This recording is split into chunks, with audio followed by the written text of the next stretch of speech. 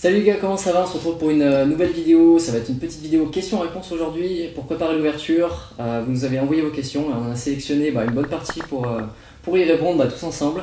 On va faire des questions sur le thème du matériel, sur le thème de la technique et voilà un petit peu d'autres questions. Donc ça va être un bon mix de tout ça et voilà, j'espère que ça vous reprendra pas mal de vos questions.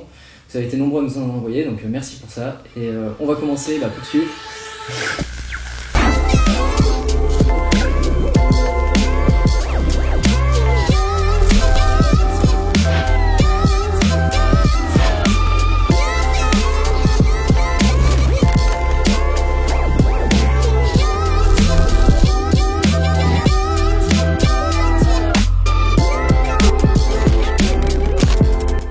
Avec Baptiste, Simon et Louis pour répondre aux questions. Donc on va pouvoir aborder pas mal de sujets et puis voilà, on a des avis différents sur chacun des questions, donc ça va être intéressant.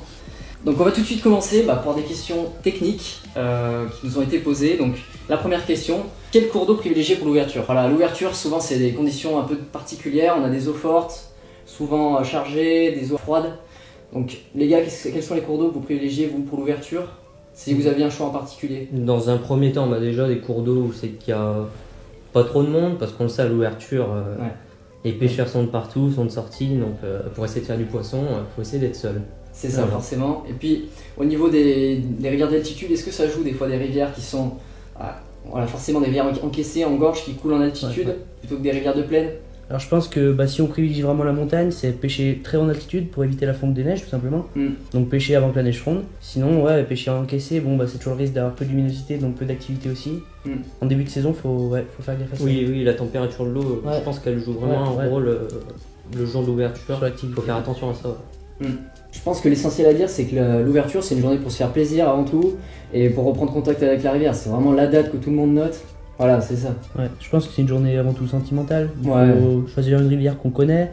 Il faut se faire plaisir, faut pas spécialement vouloir faire du nombre. Je pense que c'est ce qu'il faudra retenir. Voilà, c'est vraiment la symbolique, histoire de retrouver le contact avec la rivière, avec notre matériel aussi. Mais c'est vrai qu'en étant ça depuis 6 mois, dès que c'est la fermeture, on n'a qu'une envie, c'est d'y retourner. C'est sûr. Pour le Twitter, c'est vraiment la journée qui est marquée sur le calendrier dans l'année, où on se retrouve entre potes, en famille. Et puis on reprend contact avec l'eau, la nature, etc. C'est ça, l'essentiel c'est le printemps, la nature se réveille, c'est toujours super sympa. Pas se fixer de gros objectifs, je pense que l'essentiel c'est de prendre un cours d'eau auquel on a confiance, d'y aller et puis d'essayer de se faire plaisir sans forcément vouloir faire la pêche de l'année. De toute façon c'est l'ouverture et voilà, là, la pêche sera peut-être meilleure dans la saison. On le sait, de toute manière en mars les conditions sont pas forcément optimales.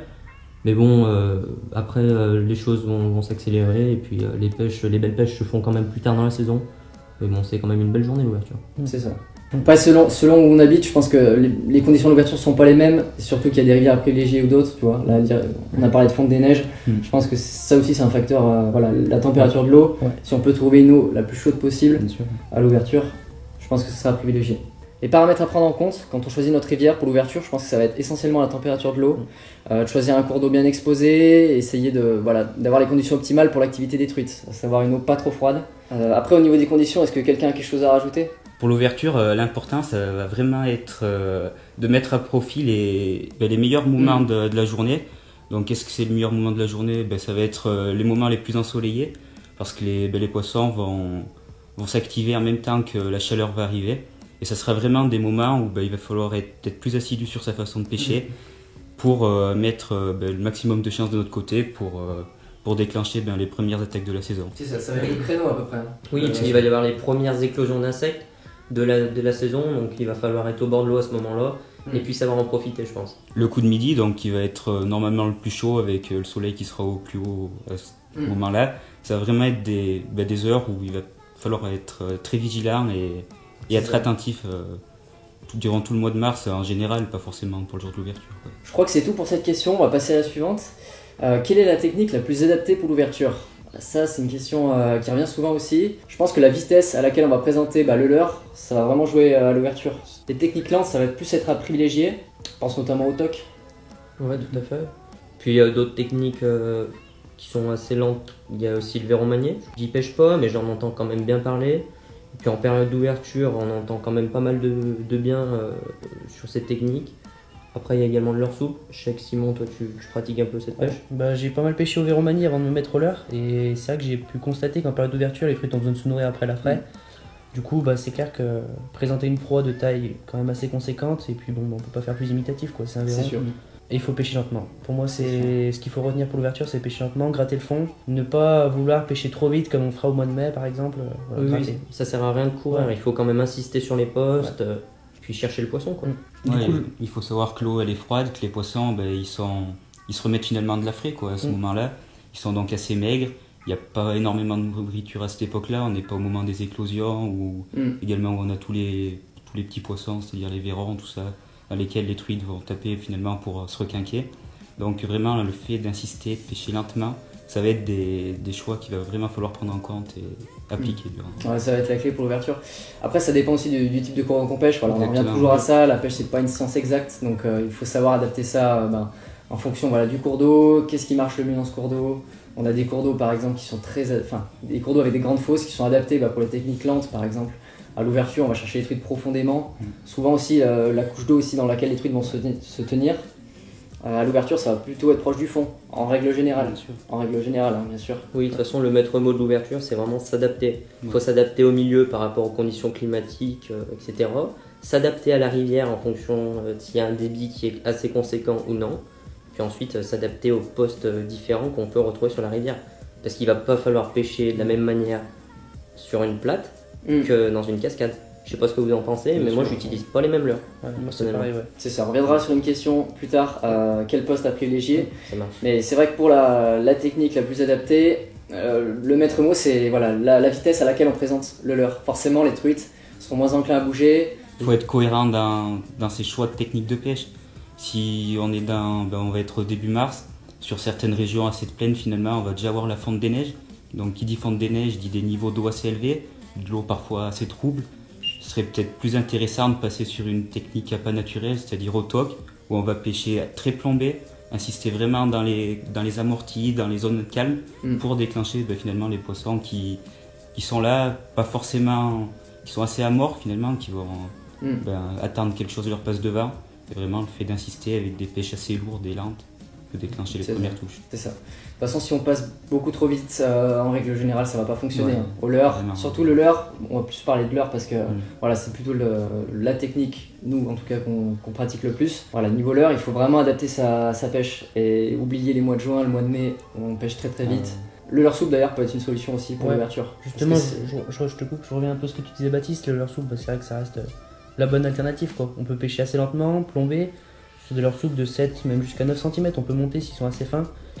Et plomber sur 5 grammes c'est quand même déjà beaucoup, mais bon voilà, ça permet de gratter le fond et de pêcher lentement, c'est la base, quoi. Il y a quelque chose d'important aussi, c'est que, comme on l'a dit avant, l'ouverture c'est le jour où il y a le plus de monde au bord de l'eau finalement toute la saison.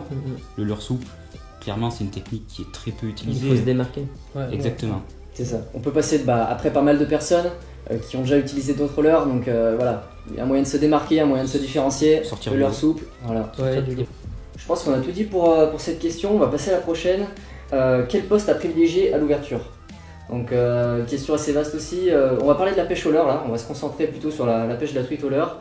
Personnellement je pense que les postes que je privilégie c'est plutôt des postes plus calmes. Enfin, généralement on a des truites qui sont quand même fatiguées après l'ouverture, des rivières là où on pêche, je parle de notre expérience et voilà, on a plutôt des truites qui se tiennent pas vraiment en plein courant. On essaie plutôt de privilégier les postes un peu plus calmes, les courants un peu modérés. Voilà, moi c'est plutôt comme ça que je procède. Et vous les gars?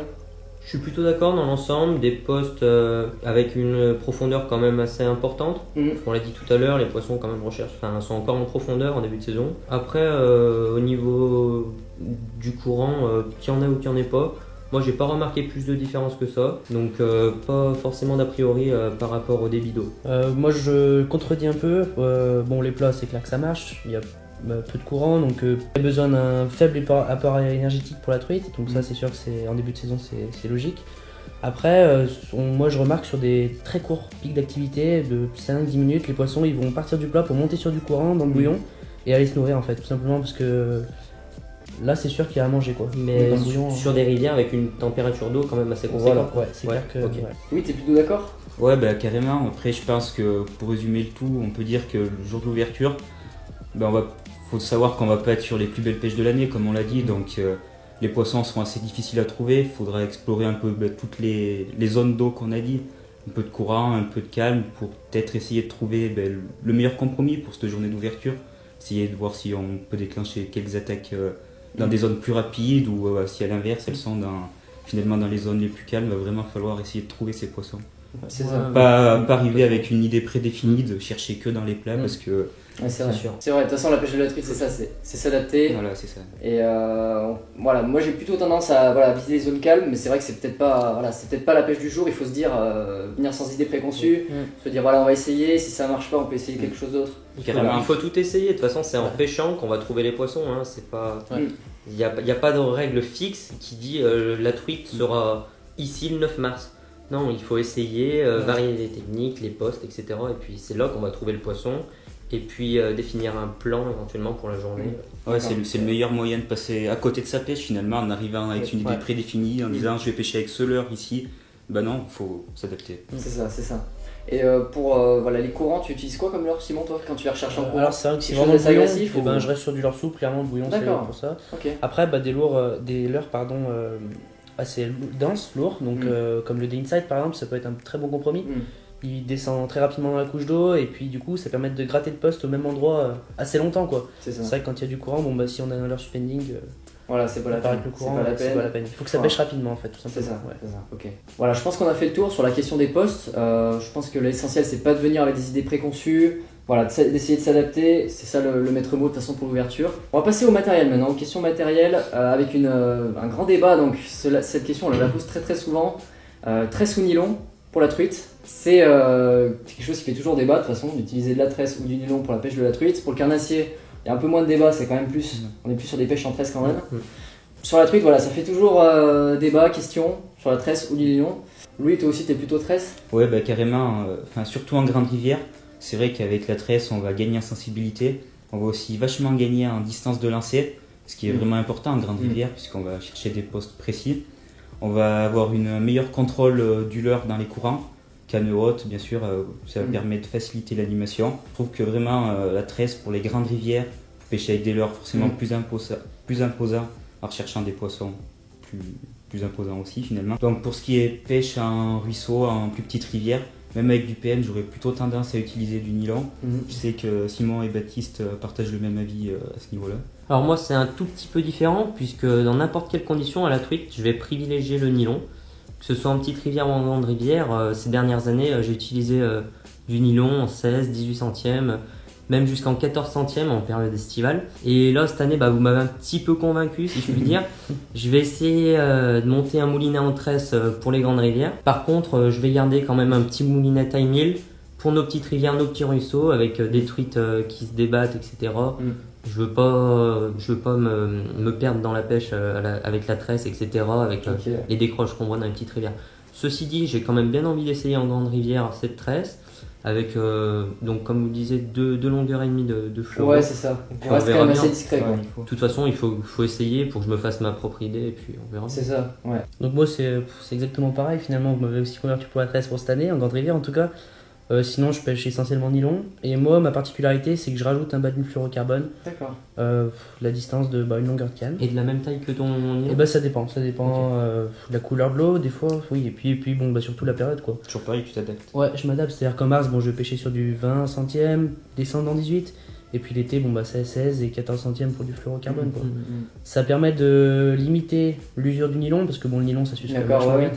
Et puis moi je pêche avec un nylon de couleur jaune, fluo. C'est ça, surtout sur des pêches au souple, des pêches à gratter. Voilà. Et l'été, pêcher avec du jaune c'est compliqué quoi. On a beau dire que les fils sont transparents.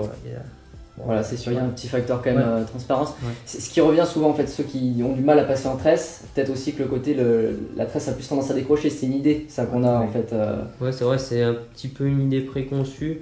Du fait que la tresse absorbe peut-être un petit peu moins, mais je pense qu'on peut contourner la chose en utilisant des fluorocarbones et des cannes qui peuvent amortir tout ça. Ça compenser la rigidité de la tresse, parce qu'après on a aussi différents types de tresses. On a des tresses beaucoup plus rigides, des tresses un peu verticales, très sensibles, et on a des tresses peut-être plus adaptées pour la truite. Le nombre de brins peut-être de la tresse peut également jouer un rôle. Je pense qu'il est important d'essayer finalement les deux choix qui s'offrent à nous, c'est-à-dire la tresse et le nylon. ça reste deux fils qui sont complémentaires finalement. Et finalement, en essayant dans différentes conditions de pêche, c'est deux choix qui s'offrent à nous. On va vraiment pouvoir trouver lequel s'adapte le mieux à notre pêche. Au niveau des diamètres, tresse nylon, pour commencer par la tresse, nous on utilise plutôt du PE 0,6, 0,8, je pense que toi c'est pareil, Louis. C'est des diamètres qui correspondent entre 8 et 10 centièmes, c'est à peu près dans cet ordre de grandeur là pour la truite, adapté. Au niveau des nylons, vous êtes à combien les gars? Entre 20 centièmes en début de saison jusqu'à 14 centièmes l'été, ouais. C'est ça, ouais. Suivant la luminosité, la clarté de l'eau, etc. Le 18 est le plus polyvalent, 18 centièmes. 18 centièmes, c'est plus polyvalent, ça passe partout. On est vraiment sur des poissons sauvages, donc il va toujours falloir quand même garder le maximum de discrétion pour augmenter nos chances finalement de leurrer les beaux sujets qui sont assez éduqués finalement. C'est ça. Au niveau des fluorocarbones aussi, la tresse, t'es sur du combien Louis toi? Pareil, ça va être variable selon la saison. En grande rivière, je peux monter jusqu'à quasiment 25 centièmes en début de saison. Et sinon, après, on peut descendre jusqu'à 14-16 centièmes. Ouais, 14-16 centièmes, ce qu'on utilise à peu près. Ça reste assez discret, quoi, le 14-16 centièmes. Bon, voilà, je pense qu'on a fait le tour de la question. Tresse nylon, c'est en fonction des préférences et aussi en fonction de la technique de pêche qu'on utilise. Alors, question suivante. Pour la truite, si vous aviez un leurre à prendre, ce serait lequel? On va commencer par Louis. Donc moi si j'avais vraiment un leurre à choisir, ça serait un petit leurre handmade qui est fait par un crafter français, GR-Craft, dont vous avez déjà présenté ses produits. Voilà, c'est des petits leurres en balsa fait main qui sont vraiment juste magnifiques, quoi. Il y a des finitions vraiment de ouf, quoi. C'est le fruit de maintenant quasiment 3 ans de travail de la part de Richard, qui est donc le créateur de ces leurres. Et c'est vraiment des petits PN extra. C'est ça, ils sont vraiment sympas. Je vous invite à voir la vidéo d'ailleurs, elle s'affiche juste en haut. Et c'est vrai que ces leurres sont vraiment sympas au niveau de la nage. On a une nage vraiment très particulière. Et c'est la nage tout seul, quoi. Vraiment, c'est ça qui nous a impressionné nous quand on l'a testé. Puis on va vraiment se démarquer en pêchant avec des poissons nageurs finalement faits main, qu'on trouve pas dans le commerce. C'est un bel objet en plus. Nickel. Et toi Simon? Donc moi je serais encore plus leurre souple, c'est ce que je disais tout à l'heure, toujours dans l'esprit de gratter, pêcher doucement. Donc comme type de leurre souple, shad, c'est ce qui marche le mieux en début de saison, faire des assez fortes vibrations et se faire remarquer dans la couche d'eau. Le one-up shad, l'incontournable, on le présente plus. Et l'easy shiner, check et take. C'est vraiment les deux complémentaires. Ok, super. Et au niveau des coloris, plutôt naturel. Plutôt naturel, ouais. Donc sur des eaux laiteuses, le blanc marche très bien. Et sinon naturel, Ayou. Ok. Si t'avais un coloris à garder, ce serait plutôt un coloris naturel Ayou. Ouais, Ayou. Ok, d'accord. Carrément. Super. Toi, Bat, c'est un PN? Ton leurre préféré? Ouais, un peu comme Louis, moi je suis sur du poisson nageur. Si j'avais un leurre à garder, ce serait le X-Rap Candon, avec un rapport qualité-prix qui est quand même vraiment sympathique. Ça reste pas trop cher, ça prend du poisson. C'est ce qu'on demande. Ouais, super. Ouais, un leurre polyvalent aussi. Et Heavyweight, c'est ça? Ouais. Ok, nickel. Bon, moi je pense que ce serait un poisson nageur aussi, heavyweight, ça fait à peu près tout. De toute façon, les poissons nageurs, c'est un leurre très polyvalent. Si on devait en garder vraiment qu'un, je pense que ce serait un PN. Moi je pense que ce serait le Yu Ryuki. C'est vraiment un leurre super polyvalent et on l'utilise de partout. Il y a beaucoup de tailles, donc je pense que s'il y avait une taille à garder, ce serait la taille 50 mm. Ce qui concerne les poissons nageurs, ça fait à peu près tout. Bon, allez, c'est tout pour ce premier épisode questions-réponses. Je pense qu'on a pu répondre à pas mal de sujets, aborder pas mal de thèmes. J'espère que vous avez apprécié en tout cas cette petite vidéo. La semaine prochaine, une autre vidéo questions-réponses sur le même modèle. On se dit à la semaine prochaine. Allez, ciao.